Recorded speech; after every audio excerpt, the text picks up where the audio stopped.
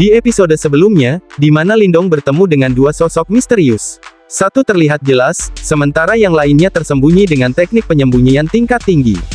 Kekuatan mereka lebih menakutkan daripada Liu Bai, dan meski Lindong berusaha mundur, kekuatan luar biasa mengejarnya. Namun, berkat kunci rahasia kuno, ia berhasil melarikan diri, meski para sosok itu merasa curiga. Lindong tahu, kekuatan yang tersembunyi ini jauh lebih besar dari yang ia bayangkan, dan ia telah mendekati bagian terdalam dari harta karun kuno.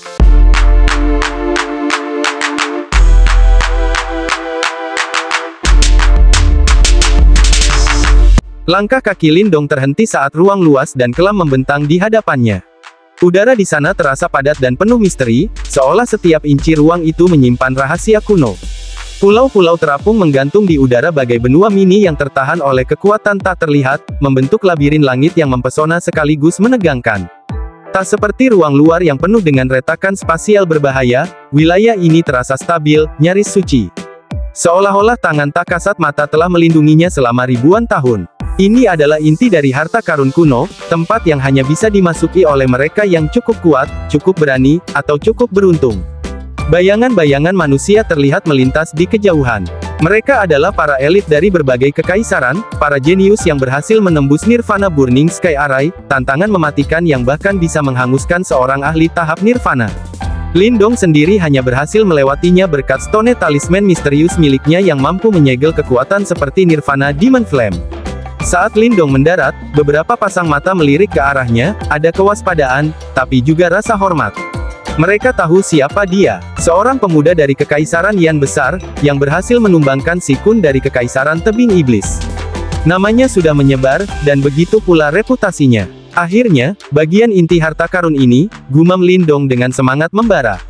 Di belakangnya, Little Flame hanya tersenyum dan mengangguk. Tanpa menunda waktu, mereka melesat menuju pulau berikutnya, mata mereka memindai tanda-tanda sisa sekte kuno yang dulu pernah jaya. Menurut tablet batu itu, kekuatan inti dari aliansi Tiangang terdiri dari 4 sekte misterius yang berada di puncak. Dan sekte awan surga, hanyalah penjaga kecil, jelas Lindong sambil terbang di langit biru kelam. Untuk membuka rahasia 4 sekte besar itu, kita harus terlebih dahulu mengaktifkan warisan dari 5 sekte pelindung. Little Flame mengangguk, walau keraguan sempat melintas di matanya. Kalau begitu, apa kita langsung menuju sekte besar itu? Lindong tersenyum tipis. Jika saja semudah itu, kita mulai dari yang bisa kita raih dulu, sekte tingkat 8, pelindung tertinggi kedua di bawah sekte bela diri tanah.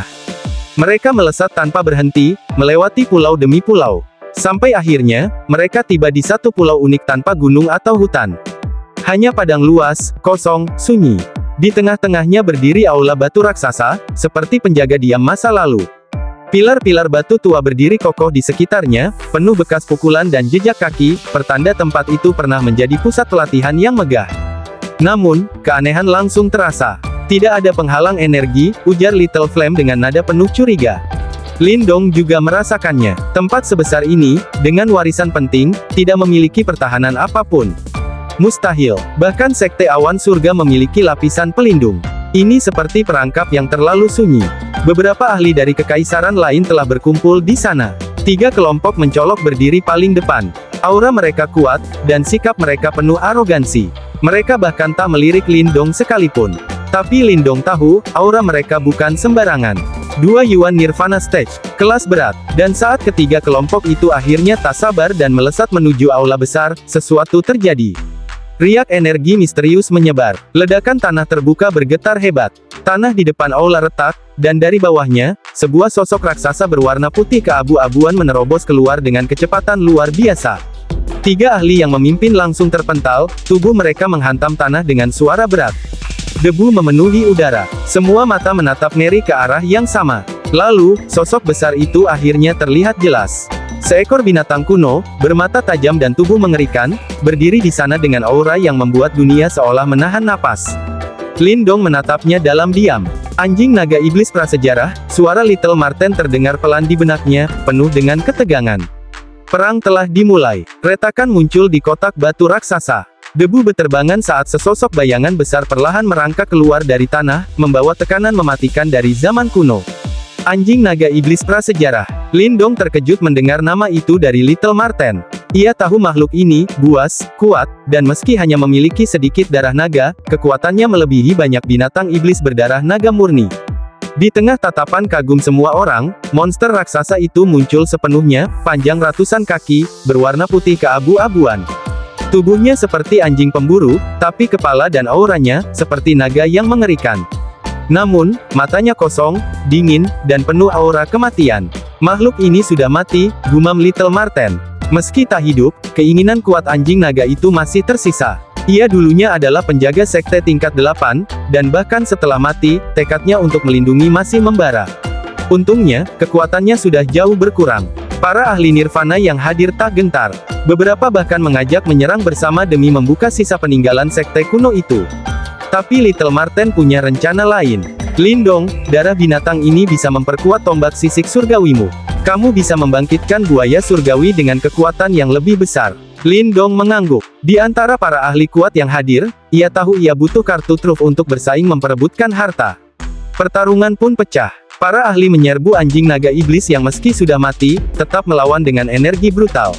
Ledakan dan gelombang kekuatan memenuhi udara. Namun, perlahan tubuh besar itu melemah dan akhirnya meledak, memperlihatkan tulangnya yang mengandung darah esensi. 3 ahli kuat langsung melesat, ingin merebut darah kuno itu. Tapi sebelum mereka sempat, Lindong bergerak secepat kilat dan melampaui mereka. Ketiganya terkejut, tapi tak bisa menghentikannya. Mereka hanya bisa mengikuti, lalu saling berebut di atas mayat monster itu. Tapi Lindong tetap tenang. Dengan satu dorongan telapak tangan, kekuatan isapnya menyapu, menarik darah esensi hitam dari tulang. Dalam hitungan detik, sekelompok darah berwarna hitam mengambang di tangannya.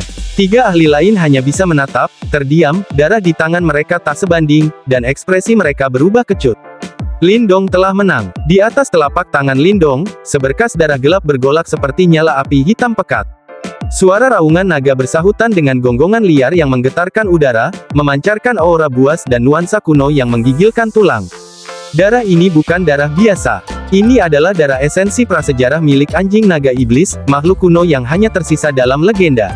Kini, Lindong telah menyerap habis sumber kekuatan binatang itu, dan kekuatan luar biasa yang mengalir ke tubuhnya membuat matanya berkilat penuh gairah. Bersama darah ini, pikirnya, buaya surgawi kuno yang kupanggil akan menjadi jauh lebih mengerikan. Namun kegembiraan Lindong segera terganggu. Lindong, bukankah kau terlalu serakah? Terdengar suara dingin menggema. 3 ahli tingkat Yuan Nirvana, dengan wajah masam, menatap tajam padanya. Mereka memandangi darah esensi kuno di tangan Lindong, lalu melirik cairan sisa di tangan mereka sendiri, perbandingannya seperti langit dan bumi. Rasa iri membara di mata mereka, menyala menjadi niat membunuh yang samar.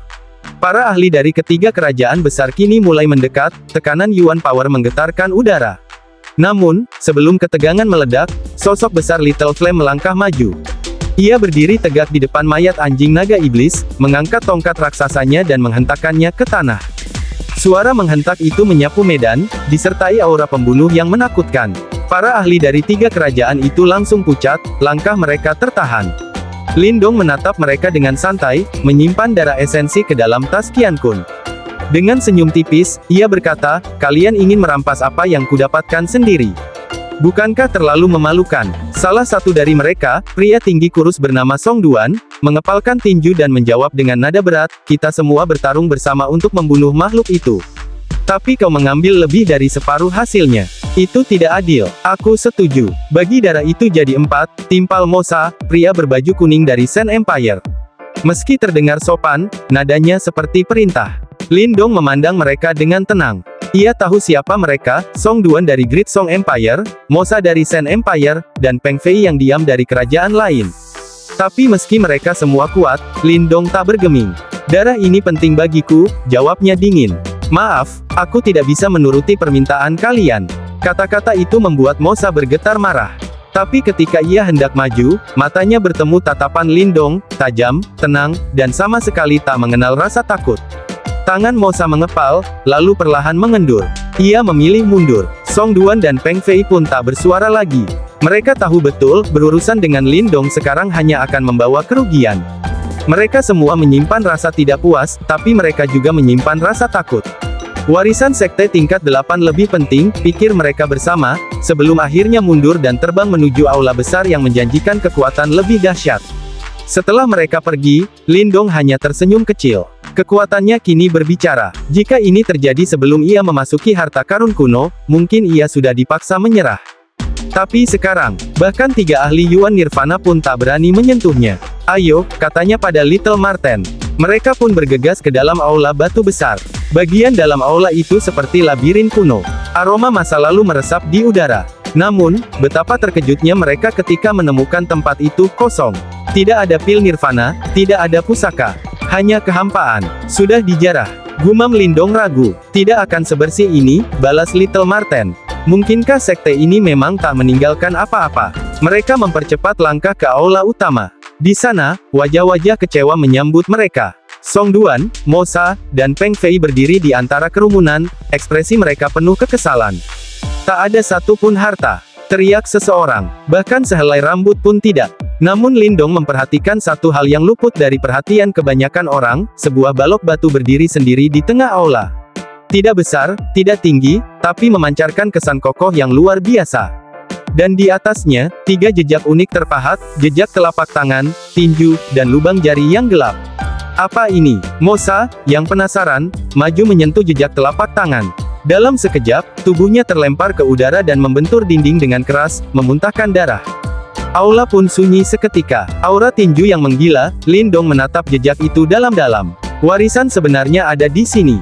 Tidak dalam bentuk pil atau harta, tetapi dalam bentuk teknik-teknik yang bahkan bisa mengguncang dunia. Di dalam aula kuno yang sunyi, semua mata tertuju pada satu benda, sebuah balok batu kuno yang terpahat dengan 3 jejak tinju misterius. Aura menakutkan menyebar dari sana, begitu kuat hingga membuat para ahli yang hadir menahan napas. Aura tinju ini, luar biasa kuat. Seru Song Duan dan Peng Fei dengan wajah terkejut. Sementara itu, Lindong berdiri diam. Tatapannya tajam. Ia tahu, warisan sekte tingkat 8 tersegel di dalam batu ini. Tapi kekuatan tinju di dalamnya, terasa seperti naga tidur yang siap meledak. Musa, yang sebelumnya terpental oleh balok batu, maju lagi dengan wajah kusam. Kali ini, dia tak bertindak gegabah. Dia sadar, ini bukan sekadar batu. Ini mungkin harta paling berharga dari seluruh reruntuhan. Semua orang mulai menyadari hal yang sama. Tapi tak satu pun berani mencoba menyentuhnya setelah melihat apa yang terjadi pada Musa. Semua hanya saling memandang, waspada, dan menunggu. Hingga akhirnya, Song Duan berbicara, kita semua datang untuk warisan. Mari kita adu kemampuan secara adil. Siapapun yang berhasil, dialah yang pantas mendapatkannya. Kata-katanya terdengar bijak, tapi banyak yang tahu, ini adalah panggung bagi yang kuat. Yang lemah tak punya harapan. Musa dan Peng Fei setuju. Lindong, ia tetap diam, matanya tenang seperti permukaan air. Tapi dalam hatinya, ia sudah bersiap. Song Duan mundur, memberi kesempatan pada siapa saja yang berani mencoba lebih dulu. Tapi tidak ada yang bergerak. Keheningan kembali menyelimuti aula. Akhirnya, satu ahli tahap Yuan Nirvana melangkah maju. Penuh kehati-hatian, ia mendekati balok batu, mengumpulkan kekuatan Yuan, dan mengulurkan tangannya, namun bukan ke jejak tinju, melainkan ke sebuah lubang hitam kecil di batu itu. Tiba-tiba, waspada, teriak Lindong sambil menendang pria itu menjauh. Zas! Sebuah kilatan tajam melesat keluar dari lubang hitam, menembus tempat pria itu berdiri. Jika bukan karena Lindong, dia pasti sudah mati. Semua orang menelan ludah. Ketegangan di aula meningkat. Bahkan Song Duan pun tak berani sembarangan lagi. Lindong menatap balok batu itu dengan serius. Sesaat kemudian, dia maju. Seluruh aula menahan napas. Lindong mengangkat tangannya. Dengan tenang, ia menyentuh jejak tinju. Aura tinju yang mengerikan meledak dari batu, menyapu lengan Lindong seperti badai. Bajunya robek, tubuhnya terguncang hebat. Yuan powernya runtuh seketika. Aura ini, luar biasa. Gumam Lindong sambil menggertakkan gigi. Di saat genting, suara Little Marten menggema di pikirannya, gunakan kekuatan fusi dari formasi alam semesta kuno, cepat. Lindong langsung bertindak. Ia menggabungkan Yuan Power, Mental Energy, dan Devouring Power ke dalam formasi kuno di dalam dantiannya. Kekuatan fusi keabu-abuan meledak, menahan aura tinju yang liar. Perlahan tapi pasti, kekuatan Devouringnya mulai menelan aura menakutkan itu, setahap demi setahap. Aula kembali sunyi. Semua mata terpaku pada Lindong yang kini berdiri dengan wajah pucat, namun tetap tegak. Trio Song Duan awalnya tersenyum mengejek. Tapi saat aura tinju itu melemah dan Lindong berhasil menstabilkan tubuhnya, wajah mereka berubah drastis. Dia berhasil. Mata mereka bersinar, dan tanpa pikir panjang, ketiganya langsung melangkah maju, berusaha merebut kesempatan sebelum semuanya terlambat. Aura pukulan mengguntur mengalir deras memasuki tubuh Lindong, menyapu kesadarannya dalam gelombang kekuatan yang agung. Dalam sekejap, pikirannya tersedot ke dalam dunia lain, sebuah dimensi misterius dan kuno yang bergetar oleh kekuatan luar biasa. Bayangan sebuah aula megah perlahan terlukis dalam pikirannya. Itu adalah tempat yang nyaris tak bisa dikenali, tetapi samar-samar menyerupai aula utama yang sedang mereka tempati. Di tengah aula berdiri sebuah balok batu raksasa. Di hadapannya, sosok tua yang kurus membelakangi dunia. Ia tak lebih tinggi dari separuh batu itu, namun tubuhnya memancarkan aura yang seolah mampu menghancurkan langit dan bumi hanya dengan sebuah gerakan kecil. Sosok itu mengangkat tangannya, dan pelan-pelan mengayunkan telapak tangannya ke depan. Ruang sekeliling terdistorsi hebat. Pukulan yang tampak sederhana itu meledakkan atmosfer seperti amukan binatang purba. Pukulan itu menghantam balok batu, namun, ajaibnya, tidak menghancurkannya. Hanya meninggalkan cekungan dangkal setebal setengah jari. Lindong menyadari sesuatu, ini bukan karena batu itu keras, tapi karena sang lelaki tua telah mencapai penguasaan mutlak atas kekuatannya. Melepas dan menahan kekuatan dengan kendali nyaris ilahi. Lalu, pukulan lain mendarat. Kali ini, hanya satu jari yang menekan. Tapi dari gerakan itu, Lindong seperti menyaksikan fragmen seni bela diri tertinggi, sebuah warisan agung yang disembunyikan dalam kesederhanaan gerakan. Suara kuno yang tak bernama bergema di dalam benaknya, 8 tingkat ideal sejati tersegel dalam balok batu ini. Hanya mereka yang memiliki afinitas sejati yang dapat mewarisinya. Seketika itu juga, kesadarannya kembali. Tubuh Lindong tiba-tiba berada di hadapan balok batu yang sama. Jejak telapak tangan, pukulan, dan jari yang tadi ia lihat berubah menjadi 3 cahaya terang menggantung di udara. Namun saat ia hendak mengambil cahaya itu, 3 sosok lain muncul dari balik bayangan, Song Duan dan 2 rekannya. Mata mereka bersinar rakus menatap cahaya warisan. Tanpa ragu, mereka menyerbu. Dalam sekejap, Song Duan dan Peng Fei merebut 2 dari 3 gugusan cahaya itu, meninggalkan 1 untuk Lindong. Tapi bahkan yang 1 itu, tidak aman. Mosa, dengan tatapan sinis, melesat ke depan, mengulurkan tangan menuju kluster cahaya yang Lindong bidik. "Kau cari mati," geram Lindong. Tangannya hampir terangkat, namun, suara tajam Little Marten menahan langkahnya. "Tunggu," keraguan melintas. Dan dalam 1 detik itulah, Mosa berhasil mengambil gugusan cahaya tersebut, dan menyeringai puas ke arah Lindong. Lindong mendidih dalam amarah. Tapi sebelum dia bisa bergerak, Little Marten, masih dengan nada malas, mengangguk ke arah balok batu. "Jika kau benar-benar merebut yang tadi, kau akan kehilangan warisan sejati dari sekte tingkat 8. Tertahan, Lindong menurut. Ia mengulurkan tangan, dan menyentuh balok batu. Getaran dahsyat mengalir ke tubuhnya. Aura tinju yang jauh lebih besar dan mengerikan daripada sebelumnya membanjiri seluruh ruang. Aura itu, tak berbentuk, tak terlihat, tapi begitu agung dan ganas hingga membuat Lindong terasa seperti perahu kecil di tengah badai samudera. Batu itu, pecah. Dari dalamnya, muncul segumpal cahaya tak kasat mata. Tapi Lindong bisa merasakan, ini dia. Ini adalah aura tinju tingkat 8 yang sejati. Little Marten mendesah ringan. Yang mereka ambil hanya replika murahan.